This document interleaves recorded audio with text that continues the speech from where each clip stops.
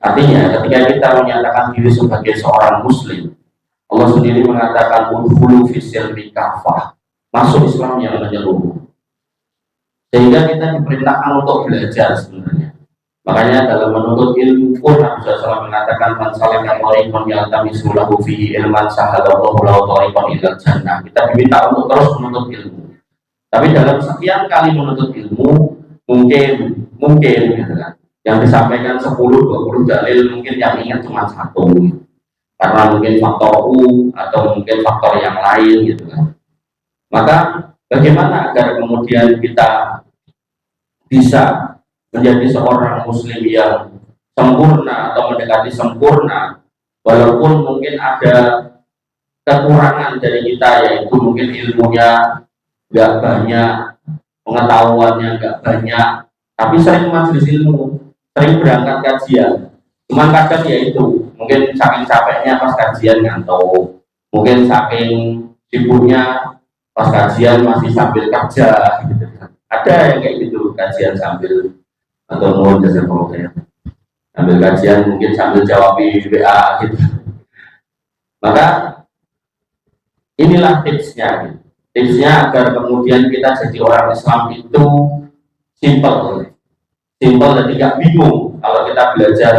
Kan yang mengajarkan agama kan sekarang ya banyak banget kan, dengan berbagai macam versinya gitu. Saya sampai hampir tiap hari saya itu ditanyai orang, ini dalil ini sahih enggak, dalil ini sahih enggak gitu. Nah, saya sebenarnya dalam hati saya bingung gitu. Nah harusnya nanya gitu kan sama yang ngajar gitu, malah nanya ke saya gitu kan. Ya saya kira saya nyari tahu gitu kan. Nah maka Bapak Ibu yang dirahmati oleh Allah Subhanahu Wa Taala, sebelum sampai ke situ maka kita refresh lagi. Nabi SAW mengingatkan bahwasanya hakikat ilmu itu adalah yang berlandaskan Quran dan Sunnah. Nabi mengatakan taraktu fikum amrayni lan tadillu mata masaktum bihima abadan, kitab Allah wa sunnata rasulih. Aku tinggalkan dua pusaka, dua warisan yang kalau kamu pegang kamu gak akan sesat. Ini dulu kita pegang. Makanya Nabi SAW mengatakan tak tinggal gitu warisan loro tok gitu. Dan warisan Nabi bukan dinar, bukan dirham, walakin yuwarisul ilma, tapi yang diwariskan ilmu, dan ilmu Quran dan Sunnah. Nah, maka kalau ada orang yang ngambil Quran tok ditinggal ke sunai, ngambil sunai tok ditinggal ke Qurannya, ini masalah lagi. Maka seorang muslim yang cerdas itu ketika Nabi sudah mengatakan sing tak tinggal ke ilmu itu berdasarkan Quran Sunnah, nah itu yang kita ambil, jangan ngambil yang lain. Ini dulu yang mau kita tegaskan dulu. Kemudian dalam rangka Allah ciptakan kita dengan Allah sudah sami hafal, Allah menyampaikan dan Quran surat Al-Dariyat ayat 86, wa ma khalaqul jinna wal insa illa liya'budun. Tidaklah kamu wahai manusia dan jin tak ciptakan ya kecuali untuk ibadah. Sehingga ibadah yang benar itu tentu kembali kepada ilmu yang benar, yang menikah Quran kali Sunnah. Nah ibadah itu nopo, apakah cuman sholat, apakah cuman puasa, apakah cuman haji umroh gitu kan. Rasulullah SAW mengingatkan man kana fid dunya hammahu faraqallahu alaihi amrohu. Siapa yang tujuan hidupnya dunia, diciptakan dari alam roh dipindahkan ke alam rahim, dari alam rahim pindah ke alam dunia, cilik digedeke, gede dipintarke, barang pinter ya akhirnya tua, sepuh gitu kan. Nanti pada akhirnya kita juga akan mati. Nabi mengatakan akmar umati baina sitin wa sab'in wa aqallu ma yajuzu dzalik. Umur kalian itu antara 60 sampai 70, sedikit yang lewat dari situ. Maka Nabi mengingatkan siapa yang tujuan hidupnya dunia, maka Allah akan mencerai berikan urusannya. Ambiar, buyar. Kemudian baca Allah faqrahu baina ainiyani, maka dijadikan rasa fakir kurang terus di matanya. Wes duwe lemah 150.000 hektar, mana yang jadi kurang? Atau mungkin wes duwe pesawat cacahe sekian, mana yang jadi kurang? Wes duwe bank segala macam bank, masih kurang. Padahal mati dunia itu cuma 3, yang dimakan dibuang di belakang, yang disimpan mungkin ya kira-kira ahli waris. Nah ahli waris itu diajari waris yang benar, cawak hidup sing benar. Tapi kalau umumnya kira-kira nih, bos nopo tadi nanti anak itu untuk menuntut warisannya sampai triliunan. Kemudian yang ketiga, ya ini yang menemani kita. Kemudian Nabi mengingatkan bahwa ya'tihi minad dunya illa maka tabawahu lahu. Maka dunia itu pun gak akan sampai ke jenengan kecuali yang sudah ditetapkan. Jadi kalau sudah ditetapkan jatah saya 2 triliun, nek wis dikeki 2 triliun pada umur 50, ya 50 tambah sehari saya mati. Itu wis genah ngoten niku. Ora bakal ditambahi jadi 70 tahun, 73 pergo dite akeh mboten. Nek orang tua Elizabeth itu gegere bengkong diceceke terus ditambah kemudian disotek macam-macam dia tetap mati. Berarti rezekinya pun telas. Bahkan saya punya teman itu di Semanggi itu bapaknya sehat, pagi-pagi sehat masih bisa nyapa orang. Ada tetangga di depan rumah ini Dimas, kerja Pak, semangat boleh naik anak dojo, masih bisa motivasi orang. Masuk rumah kalau dia sakit, rekso jam 9, jam 10, jam 11 atau 12 jam selesai. Jadi nggak ada tanda-tanda harus langsung. Jadi apa? Rezekinya habis. Pas dicek dompetnya, dicari KTP aja tinggi urusan kelurahan, ditemukan catatan utang pitung yuto. Berarti rezekinya harus dicek bukan pitung yuto. Nah, itu cerdas bapak ya, karena nulis utangnya. Bahaya nih nulis utang gitu. Karena Nabi SAW mengatakan tufarrukul sayyidin sahid illa dain. Orang yang mati syahid semua dosanya diampuni kecuali utang. Makanya yang punya utang tidak ditulis. Apalagi yang umurnya sudah 73 tadi. Kemudian bahkan adil akhirah niyatahu jama Allahu amrohu wa ja'ala ghinahu bi qalbihi wa atatu dunya wa hiya rahimah. Siapa yang kemudian menjadikan dunia akhirat sebagai tujuannya, maka Allah akan mengumpulkan urusan ini gampang loh. Gampang mayar, dua anak yo nurut-nurut, dua bojo yo manut, tinggal kawin meneh yo ora nesu gitu kan. Nah, kemudian dia akan menjadikan kekayaan dalam hatinya. Jika insite alhamdulillah oke tambah syukur. Nah, maka dikatakan apa? Akan dijadikan kekayaan dalam hatinya. Jadi nek infak ya 20%, jika syukur ya tetap 20%. Makanya nanti dalam hadis bab sedekah, sedekah wong ora duwe niku pahalane luwih gede timbang sedekah wong sugih. Pergone niku wau, ra duwe tak 20.000, jika 10.000, 20%. Wong sugih jika 1 miliar, infake 500.000. Jadi ketoke luwih akeh. Ning ganjarane akeh wong ora duwe. Tapi lo dengan kalau kemudian paham betul ada sini, maka hati kita itu akan jebar menghadapi urip. Dan posisi orang pokok, ganjaran pulau oke di Bapak Presiden. Lah apa? Lah aku dari kita orang itu cuma yang presidennya orang kuat. Kemudian wa'ada dunia wahiyar rohimah, dan kemudian dunia itu akan dibuat datang kepadanya dalam kondisi hina. Makanya yang tahu wong gede-gede omongannya soal duit, ngutang lah, nilai lah, jalur lah. Tidak soal Nabi SAW dulu pernah punya asisten, punya budak yang ikut berjihad. Kemudian para sahabat memuji dia karena mati syahid. Kemudian para sahabat mengatakan, Masya Allah dia masuk surga karena mati syahid. Kata Nabi, orang kok pripun kok sakit itu? Karena dia ngambil selendang satu kainnya tadi. Nah, zaman dulu kain itu barang larang, Pak.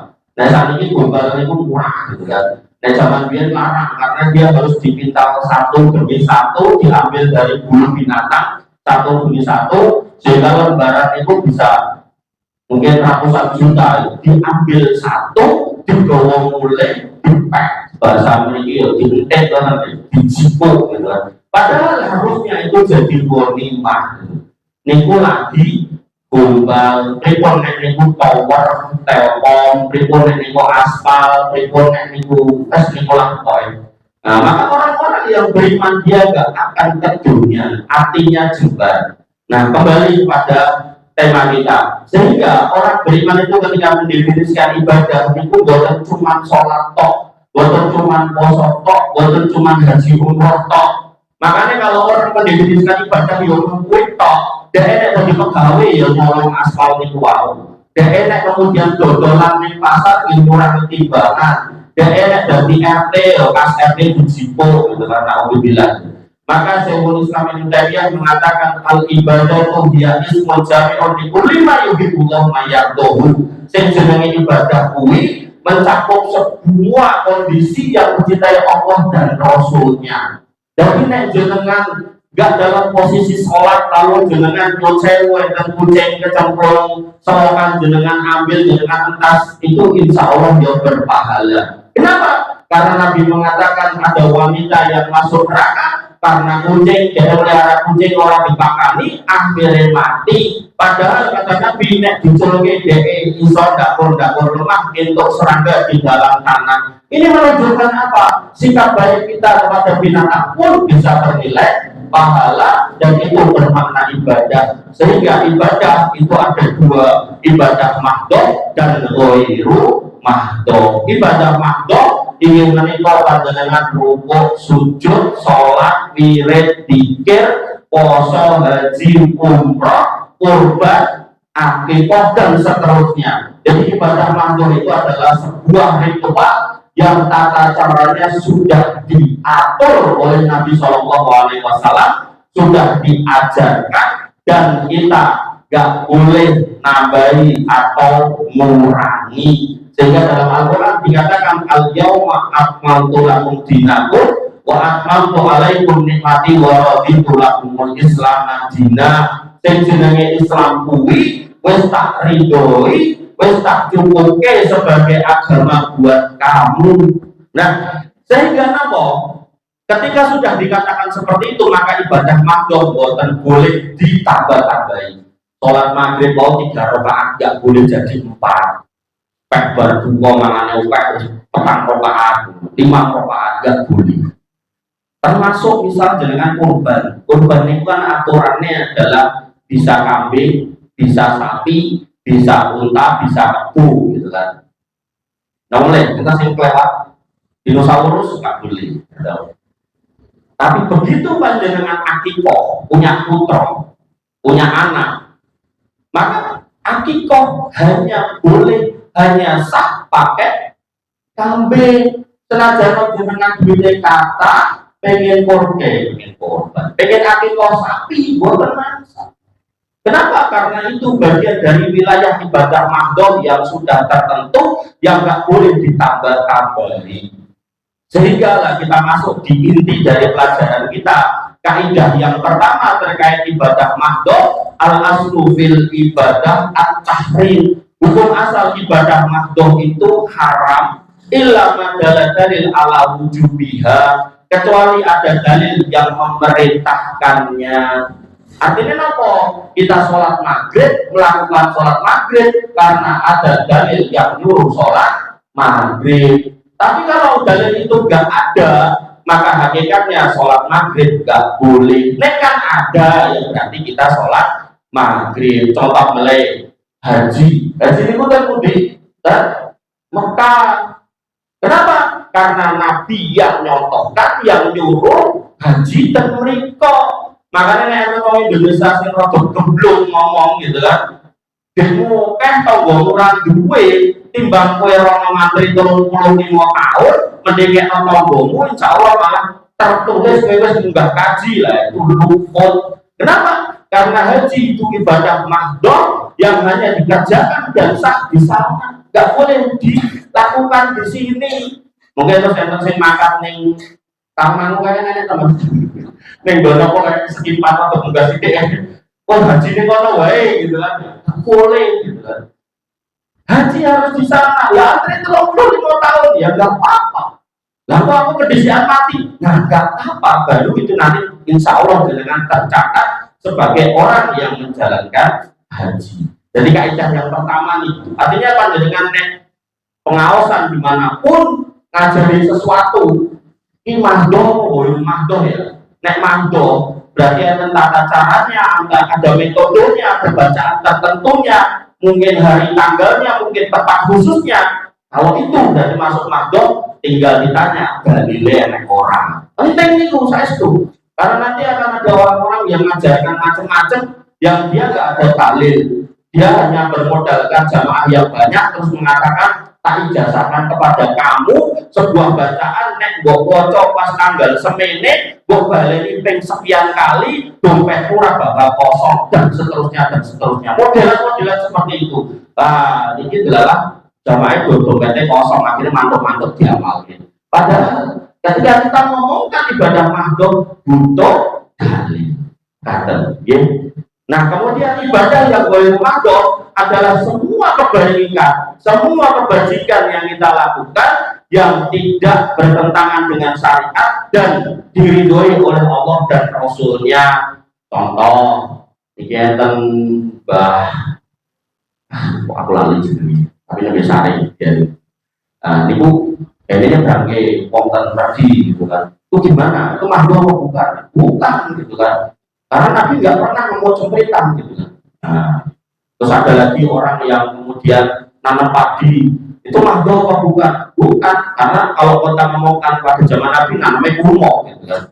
Atau misal ada orang pakai timbangan sing kayak gitu, timbangan beras niko gitu kan. Mahdhum apa bukan? Bukan, karena Nabi pakai esok gitu kan. Kalau mau liter itu loh. Nah, bahkan ketika konteksnya boleh mahdhum, itu bahasa lainnya adalah namanya muamalah, maka kaidahnya al aslu fil muamalah al ibahah illa madalla dalil ala tahrimiha. Hukum asal muamalah, hukum asal ibadah ghairu mahdhum itu boleh kecuali ada dalil yang melarangnya. Nah, saya tekok ini kan ini Mas Gufron tak ya, sapo kok tak tekok meneh. Dodolan motor itu orang boleh. Kenapa? Karena itu masuk muamalah dan itu nggak ada ketentuannya, nggak ada aturannya, nggak ada larangannya. Oh ada larangannya, apa? Pokoknya itu kayak buat dodol motor, tapi itu pokoknya tekok araku hukum dodol motor ya jangan itu pusing. Yang didol ini motor colongan gitu kan. Nah berarti batasannya di colongan itu. Artinya apa? Hukum asal jual belinya boleh, yang dijual motor juga boleh. Nah ternyata motornya hasil nada atau simpan Sidoarjo nih kalau aparat nadai dilebokkan dengan gudangnya TNI gitu kan. Terus digiring ke NTT ini kan ada klien itu nomor di Polres itu sampai ratusan motor gitu kan. Omsetnya miliaran per bulan. Nah, itu nggak boleh. Bendanya boleh motor diperjualbelikan oke, tapi itu motor colongan nggak boleh. Sehingga ketika kita kemudian mau bisnis apa aja, hukum asalnya boleh kecuali yang dilarang. Kecuali yang dilarang. Jadi nggak harus sesuatu itu dalilnya orang, haramnya orang. Maka kita bisa turunkan. Kenapa? Karena yang namanya Nabi Muhammad SAW itu mendapatkan mukjizat itu sebagai jawamiul kalim, omongannya sedikit tapi maknanya luas. Ketika dikatakan binatang bertaring orang itu, ya seorang sadar ngomong iki ora karuan, kire mungkin liyo, mungkin dinosaurus yang taringnya halah terus kaduan. Maka semua binatang yang bertaring kita jauhi. Gak boleh kita makan belacan, kucing, terus menempul. Saya kira mau batuan loh, mau kapok. Gak boleh gitu. Nah, lucu nih, itu anjing yang anggota ngaku ke arah Solo. Saya mriki wong Solo betul. Insya Allah betul jenengan sing niko-niko gitu kan. Makanya melalui ini kita pertegas bahwasanya orang itu kalau ngaku Islam ya toh, KTP Islam yo jangan makan anjing. Enggak usah kayak ngomong wis ben gitu kan. Ini udah ada yang ngomong yang lain gitu. Dalilnya tertok. Senajan tidak menyebut haram makan anjing gitu kan. Tapi turunan dalilnya ada dulu. Berarti ada dua kali. Dari sisi zatnya udah, dari sisi binatangnya bentuknya bertaring juga sudah. Karena sudah dua kali ya udah nggak usah ditafsirkan yang mana-mana. Ya anjingnya nggak boleh dimakan. Makanya orang kafir-kafir ini kok itu punya slogan, punya semboyan. Semua yang berkaki empat saya makan kecuali meja. Rasa melu-melu. Semua yang di air saya makan kecuali kapal selam. Bukan usah melu-melu. Dengan yang ajeng mangan kapal selam tenggen buka tol. Mungkin kejak pulau nanti. Bapak-bapak dan ibu-ibu yang dirahmati oleh Allah Subhanahu Subhanahu wa taala. Ketika panjenengan sudah hafal dua kaidah niki, mungkin dengan pengawasan tentu di kemawon, diajari nopo kemawon, gampang pekane. Saiki ngomong apa to iki? Tinuku berarti kabeh itu kecuali ada larangane.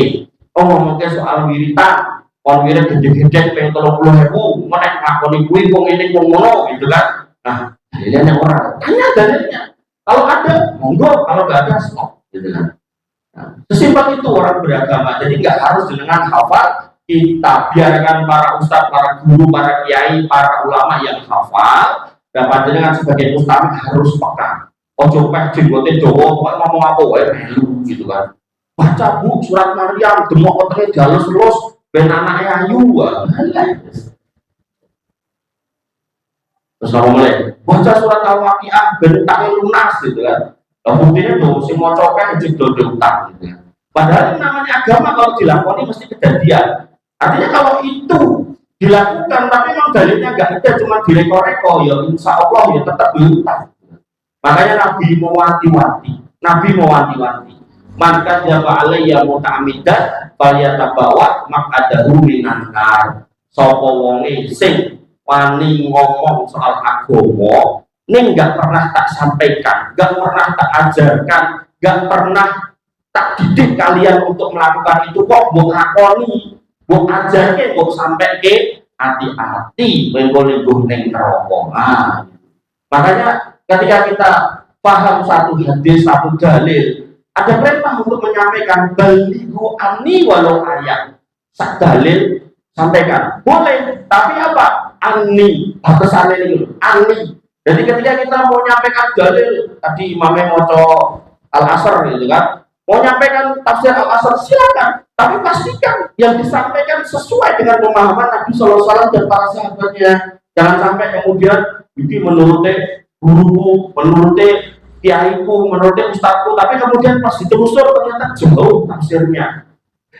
Nah, maka kaidahnya dua terkait ibadah mahdoh. Panjenengan kalau diajari seseorang wirid iki wirid kuwi baleni menjemene, atau mungkin sholat ini sholat itu lakoni corone koyo ngene corone, atau poso iki poso kuwi lakoni pas tanggal semene. Nah, ini tanya dalilnya. Tapi kalau kemudian muamalah, maka tanya ada enggak larangannya? Ada enggak larangannya? Terakhir, saya nanya, silakan dijawab Mas Cahyo. Dodolan legen itu orang. Dodolan legen itu orang. Legennya harus disimpan 2 minggu, warnanya putih kayak santan, itu orang. Itu orang. Kenapa? Nggak boleh. Emang ada dalilnya di Quran? Jangan jualan legen, kan nggak ada. Biar jawabnya. Kenapa? Karena itu khamr, memabukkan. Kata Nabi SAW apa? Kullu muskirin khamrun. Setiap yang marai mendem jenenge khamr, qaliluhu au fasiruhu site. Neng orang mendem yo haram, saya maneh bokeh terus mendem haram. Berarti nek wau wong Islam kudune boten dahar dan tidak jualan sensu, termasuk wong Islam kudune yo tidak bikin ciu dan juga tidak minum ciu. Aku orang ngombe ciu Mas, aku mau gojek ning diojeri ciu, boten boleh.